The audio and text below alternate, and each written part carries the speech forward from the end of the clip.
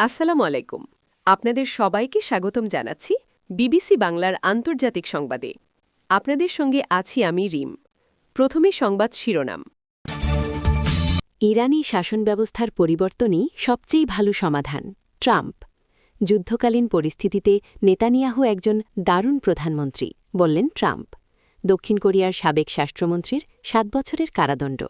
মার্কিন হামলার শঙ্কার মধ্যেই ইরানের ১,৫০০ শহরে বিপ্লব বার্ষিকী উদযাপন। দর্শক, এতক্ষণ শুনছিলেন সংবাদ শিরোনাম। এখন বিস্তারিত। আপনি যদি ইহুদিদের ধ্বংস চান, তাহলে ভিডিওতে লাইক করে চ্যানেলটি অবশ্যই সাবস্ক্রাইব করে আমাদের পাশে থাকবেন। এখন বিস্তারিত। ইরানে শাসন ব্যবস্থার পরিবর্তনই সবচেয়ে ভালো সমাধান। ইরানে শাসন ব্যবস্থার পরিবর্তনে সবচেয়ে ভালো সমাধান হতে পারে বলে মন্তব্য করেছেন মার্কিন প্রেসিডেন্ট ডোনাল্ড ট্রাম্প। স্থানীয় সময় শুক্রবার ১৩ ফেব্রুয়ারি হোয়াইট হাউসে মার্কিন প্রেসিডেন্ট বলেন, ৪৭ বছর ধরে তারা শুধু কথাই বলে যাচ্ছে, এর মধ্যে আমরা অনেক প্রাণ হারিয়েছি। যদিও তেহরানের শাসন ব্যবস্থা পরিবর্তনের পর নতুন করে কাকে দেখতে চান এ বিষয়ে নির্দিষ্ট করে কিছু বলেননি ট্রাম্প। তিনি বলেন, সেখানে এমন মানুষ আছেন যারা নেতৃত্ব নিতে পারেন। ইরানের সর্বোচ্চ নেতা আয়াতুল্লাহ আলী খামেনি এখনও মার্কিন প্রেসিডেন্টের এই মন্তব্যের প্রতিক্রিয়া জানাননি। এছাড়া মধ্যপ্রাচ্য অঞ্চলে যুক্তরাষ্ট্রের সামরিক উপস্থিতি আরও জোরদার করার পরিকল্পনায় অনড় রয়েছে বলে ইঙ্গিত দিয়েছেন মার্কিন প্রেসিডেন্ট ডোনাল্ড ট্রাম্প। ইরানের সঙ্গে উত্তেজনা কমাতে কূটনৈতিক প্রচেষ্টা চলা সত্ত্বেও বৃহস্পতিবার এমন ইঙ্গিত দিয়েছেন তিনি। বিশ্বের বৃহত্তম ও যুক্তরাষ্ট্রের সর্বাধুনিক বিমানবাহী রণতরী ইউএসএস জেরাল্ড আর ফোর্ড খুব শীঘ্রই ক্যারিবিয়ান অঞ্চল থেকে মধ্যপ্রাচ্যে যাচ্ছে বলে জানান ট্রাম্প। যুদ্ধকালীন পরিস্থিতিতে নেতানিয়াহু একজন দারুণ প্রধানমন্ত্রী, বললেন ট্রাম্প। যুক্তরাষ্ট্রের প্রেসিডেন্ট ডোনাল্ড ট্রাম্প আবারও ইসরায়েলের প্রধানমন্ত্রী বেনিয়ামিন নেতানিয়াহুর পক্ষে অবস্থান নিয়েছেন এবং তাকে দুর্নীতির মামলায় ক্ষমা দেওয়ার আহ্বান জানিয়েছেন। হোয়াইট হাউসে এক অনুষ্ঠানে ট্রাম্প এ কথা বলেন। ব্রিটিশ বার্তা সংস্থার রয়টার্স এই খবর জানিয়েছে।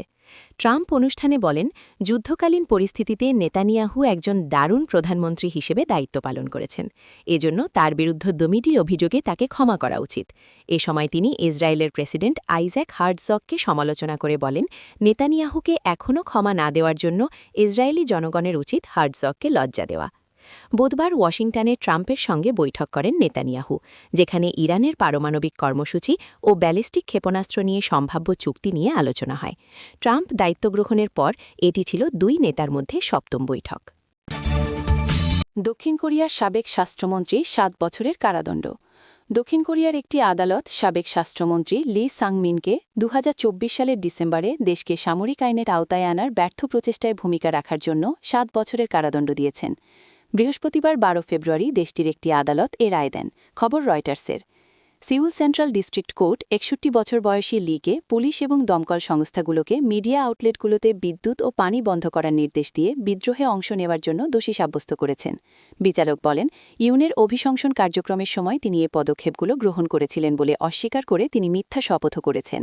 বিচারক রিউ কিউং জিন বলেছেন, সরকারের সমালোচক গণমাধ্যমগুলোর বিরুদ্ধে শারীরিক শক্তি প্রয়োগ জনসাধারণের বিদ্রোহ বিরোধী মনোভাবকে দুর্বল করে দেয়, ফলে ষড়যন্ত্র বাস্তবায়ন করা আরও সহজ হয়ে পড়ে। বিশেষ প্রসিকিউটররা গত মাসে লির বিরুদ্ধে ১৫ বছরের কারাদণ্ড দাবি করেন। তাদের যুক্তি ছিল, সাবেক স্বরাষ্ট্রমন্ত্রী বিদ্রোহকে কার্যকর করতে গুরুত্বপূর্ণ ভূমিকা রেখেছিলেন।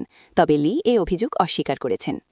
আদালত তার গ্রেফতারি পরোয়ানা অনুমোদন করার পর থেকে গত আগস্ট মাস থেকে তিনি হেফাজতে রয়েছেন। এর আগে জানুয়ারিতে সাবেক প্রধানমন্ত্রী হান ডাকসুকে ২৩ বছরের কারাদণ্ড দেওয়া হয়। সামরিক আইন ঘোষণায় ভূমিকা রাখার অভিযোগে দণ্ডিত ইউনের মন্ত্রিসভার তিনি দ্বিতীয় সদস্য। উল্লেখ্য, ২০২৪ সালে ৩ ডিসেম্বর সামরিক আইন জারি করেন প্রেসিডেন্ট ইউন সুক ইয়োল। বলা হয়, এর মাধ্যমে দেশকে বড় ধরনের সংকটের মুখে ঠেলে দেন ইউন। তবে তীব্র প্রতিবাদের মুখে সামরিক আইন জারির মাত্র ৬ ঘণ্টার মাথায় তা প্রত্যাহার করতে বাধ্য হন তিনি। এ ঘটনার জেরে ১৪ ডিসেম্বর ইউনকে পার্লামেন্টে অভিশংসন করা হয় এবং প্রেসিডেন্টের দায়িত্ব থেকে সাময়িক বরখাস্ত করা হয়। পরের বছর ১৫ জানুয়ারি তাকে গ্রেফতার করা হয়। এর আগে প্রেসিডেন্ট হিসেবে তার ব্যক্তিগত নিরাপত্তা বাহিনীকে দিয়ে গ্রেফতার এড়ানোর চেষ্টা করেন ইউন।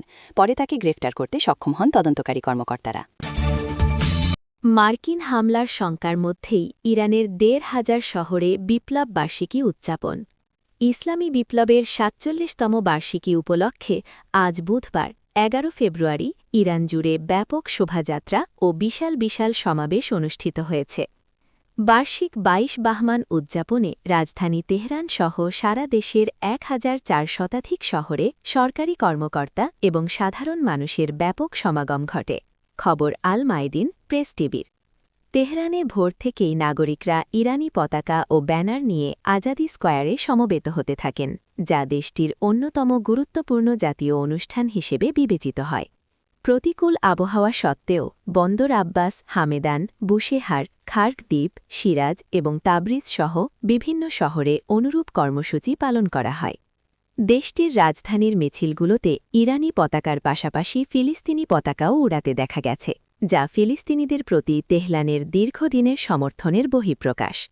রাষ্ট্রীয় গণমাধ্যম এই বার্ষিকীকে বর্তমান আঞ্চলিক উত্তেজনার মাঝে জাতীয় ঐক্য ও প্রতিরোধের প্রদর্শনী হিসেবে তুলে ধরেছে। গণসমাবেশে যোগ দেন ইরানের প্রেসিডেন্ট। রাজধানীর এ কর্মসূচিতে সরকারের উচ্চপদস্থ কর্মকর্তাও অংশ নেন।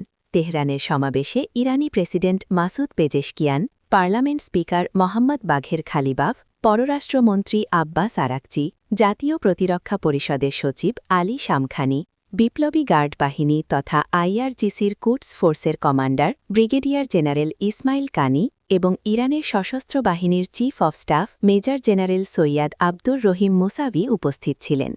তাদের উপস্থিতি রাজনৈতিক ও সামরিক সংহতি এবং স্থিতিস্থাপকতার ওপর গুরুত্বারোপ করে।